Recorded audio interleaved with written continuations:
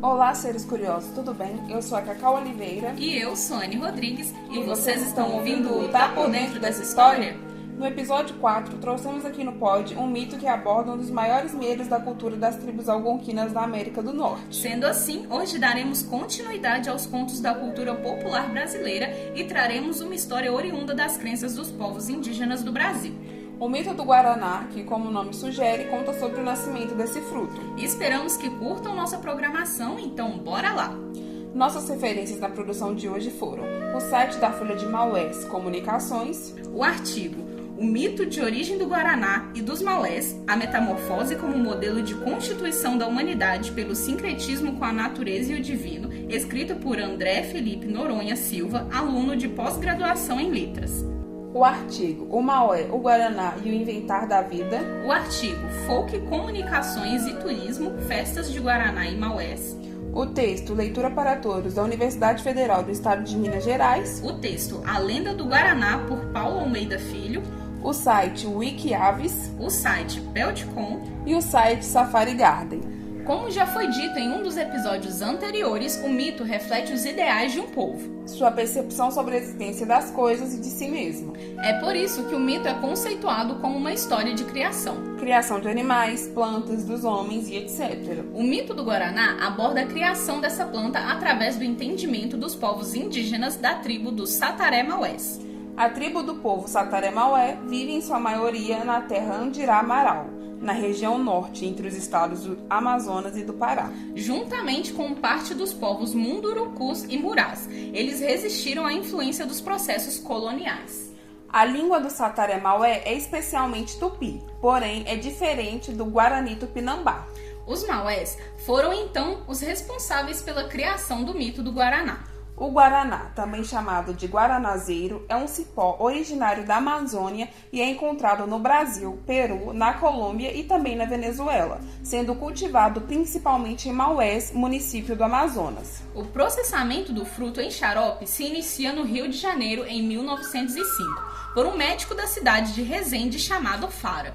O fruto do guaraná pode crescer subindo por sua árvore e alcançar até 13 metros de altura. E, se cultivado em local aberto, ele cresce em forma de arbusto. Ele se desenvolve em cachos e seus frutos possuem uma casca vermelha que abre quando está maduro, revelando sua polpa branca e a semente escura. A aparência do guaraná se assemelha aos olhos humanos, o que alimentou as versões de seu mito, que nós contaremos aqui.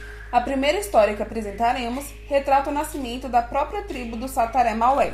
A narrativa conta que, antigamente, existiam 3 irmãos: Okumaato, Ikuamã e Onhamacebê.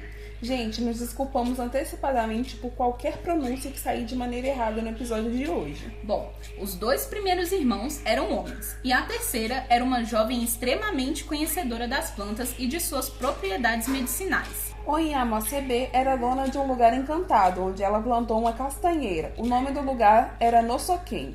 A garota era sempre mantida por perto pelos irmãos, já que ela não tinha marido e era responsável por fazer os remédios que precisavam. Acontece que não eram somente os irmãos que queriam Onhamacebê por perto.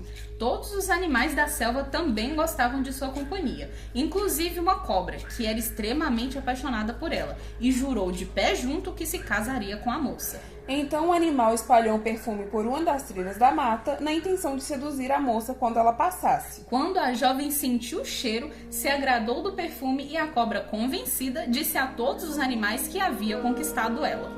A cobra esperou que Onhamacebê passasse por seu caminho e então passou levemente por uma de suas pernas. Isso foi o suficiente para que a jovem ficasse grávida, porque antigamente era assim que acontecia. Bastava uma moça ser olhada por alguém que gostasse dela, seja homem ou animal, e ela parecia prenha. Porém, os irmãos dela ficaram furiosos porque queriam a manter sempre por perto, e para isso, Onhamacebê não poderia se casar ou ter filhos. A moça não abandonou a criança, como Okumaato e Ikuamã queriam.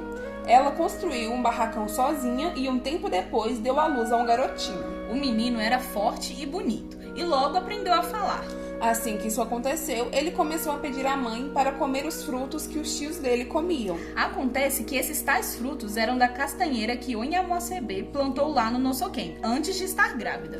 Porém, quando expulsaram sua irmã, Okumato e Kuaman também roubaram sua terra encantada e deixaram a cutia, a arara e o periquito de guarda. O menino continuou insistindo com sua mãe que queria comer o fruto. Então, ela o levou ao Nossoquém e deu um pouco das castanhas. Entretanto, a cutia viu e foi dedurar aos tios do garotinho. Depois do ocorrido, os dois irmãos deixaram também um macaquinho da boca roxa como vigia no sítio. Além disso, ordenaram que os guardas matassem qualquer um que aparecesse para comer as castanhas. O menino estava cada vez mais com vontade de comer os frutos, e assim que viu uma oportunidade, voltou ao lugar sozinho. Com uma corda, o macaco desceu pela castanheira assim que viu o movimento e arrancou a cabeça do menininho.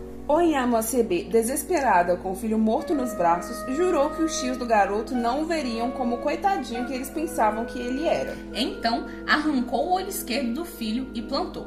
Desse olho nasceu o falso guaraná. E não satisfeita, a mãe arrancou o olho direito e plantou também. Desse olho nasceu o verdadeiro guaraná. Não foi dito na narrativa que encontramos qual o nome desse outro fruto, mas acreditamos que seja a caferana, uma fruta de sabor doce originada dos Andes, que é conhecida por ser um falso guaraná. A jovem continuou conversando com o filho como se ele estivesse vivo e disse: Tu, meu filho, tu terás a maior força da natureza. Tu farás o bem a todos os homens. Tu serás grande. Tu livrarás os homens de umas moléstias e os curarás de outras. Depois, ela mascou as folhas de uma planta mágica e com o suco da folha e sua própria saliva, lavou o corpo do menino e o enterrou. A mãe, enlutada, cercou a sepultura do garoto com estacas e colocou como guarda o carachué, uma espécie de pássaro também conhecido como sabiá de óculos.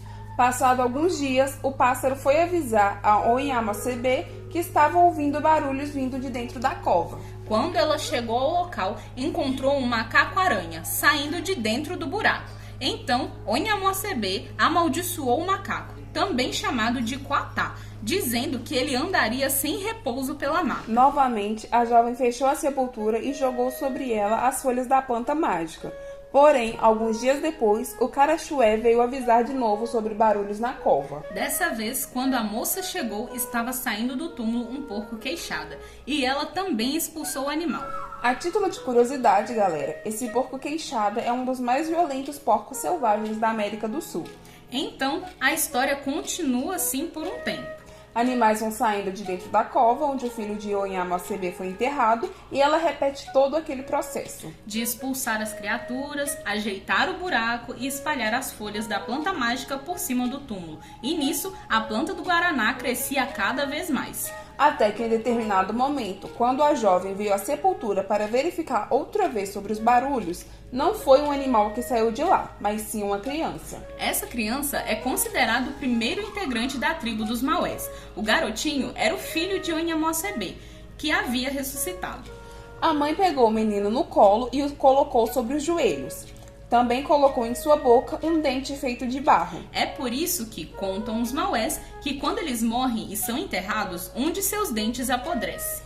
Onyamasebe começou a lavar todo o corpo do filho com a planta mágica. Porém, seus irmãos chegaram e disseram para que ela deixasse de o lavar. É por esse fato que os Maués não trocam de pele como as cobras.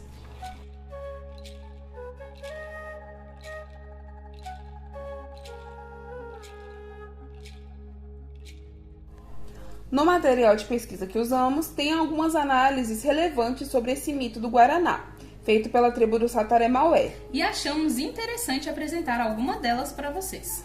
A primeira disserta sobre a superação da vida sobre a morte no mito. Essa análise traz a vida como aquela que sempre se renova, cada vez mais com uma força maior e com mais sabedoria. Outra discussão curiosa é sobre a relação dos Maués com o Guaraná, uma analogia ao relacionamento entre pais e filhos. O Guaraná simboliza a vida e a sabedoria e acaba atuando como um grande tuxaua, um grande chefe. E o ato de produzir e beber do Guaraná é um reflexo da relação dos mais velhos com os mais novos. Além disso, os ideais míticos do Guaraná estão ligados à origem da tribo dos Maués, assim como a própria árvore.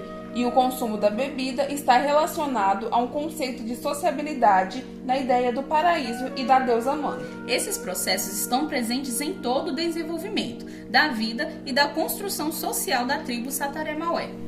Bom, há uma outra versão sobre o mito do Guaraná e também apresentaremos ela aqui. Nessa outra narrativa, a origem do Guaraná também se relaciona aos Maués, apesar de que a tribo já existia quando o fruto surgiu. A história conta sobre um casal dos Maués que há muito tempo desejava ter um filho, mas não conseguia. Então, o casal foi até o rei dos deuses, Tupã, e pediram a ele que os ajudasse a realizar esse sonho. Sabendo da bondade e generosidade que o casal sempre demonstrava, Tupã decidiu que atenderia o pedido deles e os fez conceber uma criança, um lindo garotinho. O menino cresceu forte e bonito e, assim como os pais, muito bondoso, o que acabou enfurecendo Jurupari, o deus da escuridão.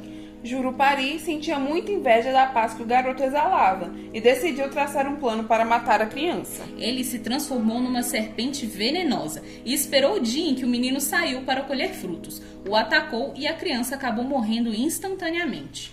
A trágica notícia se espalhou rapidamente pela aldeia e todos lamentaram pela morte do garotinho. E no mesmo momento, o céu se nublou e começou a trovejar. Interpretando os trovões e relâmpagos como um sinal do deus Tupã, a mãe do menino ordenou que plantassem os olhos do filho. E, ao obedecerem seu pedido, uma planta nasceu de onde haviam plantado os olhos da criança. Essa planta era o Guaraná, que contém sementes pretas com um invólucro ao redor, fazendo com que se pareçam olhos humanos. O Guaraná acabou se tornando um dos grandes símbolos de nossa cultura nacional, isso é fato. Porém, não é em todos os lugares do país que vemos uma festa dedicada a ele, como acontece em Maués. Maués é uma cidade do estado do Amazonas, localizada a 267 quilômetros de Manaus. Nessa cidade, a crença popular perpetuada por nossos ancestrais anda junto com seu desenvolvimento social. Há mais de 40 anos é realizada em Maués a Festa do Guaraná de Maués, uma das principais manifestações populares do interior do Amazonas, que foi criada por líderes comunitários e um tempo depois acabou se consolidando como parte da tradição local. A festa tradicionalmente acontece na principal praia da região, a Ponta da Maresia, e atrai milhares de participantes, tanto da cidade quanto dos municípios vizinhos e de vários lugares do país. O evento comemora anualmente a safra do Guaraná e acontece no fim do período de colheita. Geralmente é no fim do mês de novembro, porém este ano a celebração ocorreu em agosto, nos dias 22, 23 e 24. A data foi antecipada em razão do alerta da Defesa Civil para períodos de estiagem em novembro. No ano de 2023, a festa não aconteceu por esse mesmo motivo. Enfim, curiosos, é com esse mito super simbólico para o folclore brasileiro que encerramos mais um episódio do podcast. Contem pra gente o que acharam sobre as histórias da origem do Guaraná e se ficaram tão interessados quanto nós na festa da cidade de Maués. Lembrando que aguardamos o feedback de vocês no nosso e-mail, tá por dentro dessa história@gmail.com ou no direct do Insta, @dentro_da história. Ah, outra coisa, na próxima semana teremos o segundo episódio da nossa série sobre o Zodíaco. Vamos contar sobre a origem do signo de Touro. Então fiquem ligados. E se não ouviram o episódio anterior sobre Áries, corre lá que ainda dá tempo. Nos despedimos aqui, curiosos. Um abraço enorme e até o próximo episódio.